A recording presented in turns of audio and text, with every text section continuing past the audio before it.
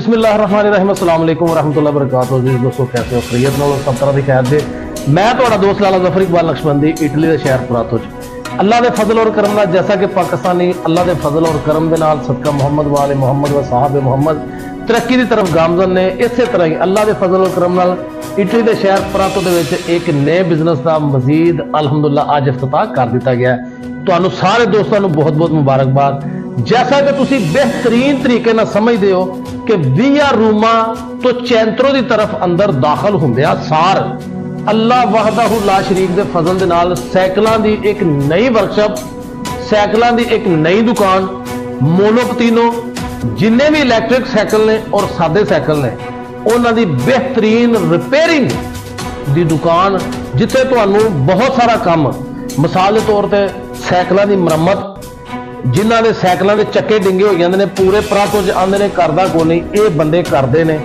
मजीद जो भी टुट भाई की मरम्मत का पूरा तसली बख्श आते हैं काम किया जाता है। तो मैं जनाब तुहानू सारे दोस्तों को रिकमेंड करना तुसी तशरीफ लियाओ इन्हों के कोल, एक बार आके इन्हों के कोल ट्राई जरूर करो, तुहानू इंशाअल्लाह बहुत अच्छा लगेगा। दूसरी चीज़ जी सब तो अहम है, अल्लाह के फजलो करम दे नाल जैसा कि भाईजान ने दसिया वे कि असी नवियां मोनोपतीनों भी लिया रहे हैं, साइकिल भी नवे इन्होंने लियाते ने।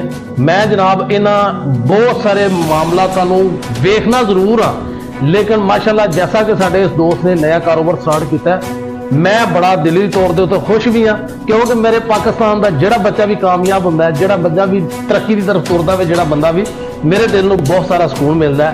वो दो ही वजूहतां ने, खुशी ते दुख अल्लाह और रसूल वास्ते ही होना चाहिए। तो अल्लाह के फजलो करम नाल सानू खुशी है, अल्लाह तो रसूल के नाम से कोई मुसलमान को अगे वधे, साडा पाकिस्तानी को अगे वधे तो सानू खुशी होंदी है। अल्हम्दुलिल्लाह मैं जोड़े दोस्त बिलखसूस अज तशरीफ ले आए हैं इफ्तिताह से, उन्होंने तो बहुत सारा मशकूर है, उन्होंने अपन मुहब्बतां नवाजिया, दुआवां नवाजिया। तो अल्लाह के फजलो करम के नाल जेड़े जेड़े दोस्त नहीं आ सके उन्होंने भी मुहब्बत का आई लव यू का पैगाम है कि वह भी तशरीफ लिया, इन्होंने आई लव यू करन ते इन्हां दी बांह बनन की कोशिश करन ताकि ये मजीद अपनी पैरों पर खलो सकन ते तरक्की की तरफ गामजन हो सकन। एक दूसरे का साथ दो। पाकिस्तान जिंदाबाद। लाला जफर इकबाल नक्शबंदी, अल हक न्यूज़, प्रातो, इटली। जी सारे भरावां नूं अस्सलाम वालेकुम जी। मैं इटली प्रातो शहर दे साइकिल का काम बिल्कुल तसल्ली बख्श किया जाएगा। चक्के सीधे किए जाएंगे, पंचर लगाए जाएंगे, उस तो बाद मोनोपाती का काम तसल्ली बख्श किया जाएगा।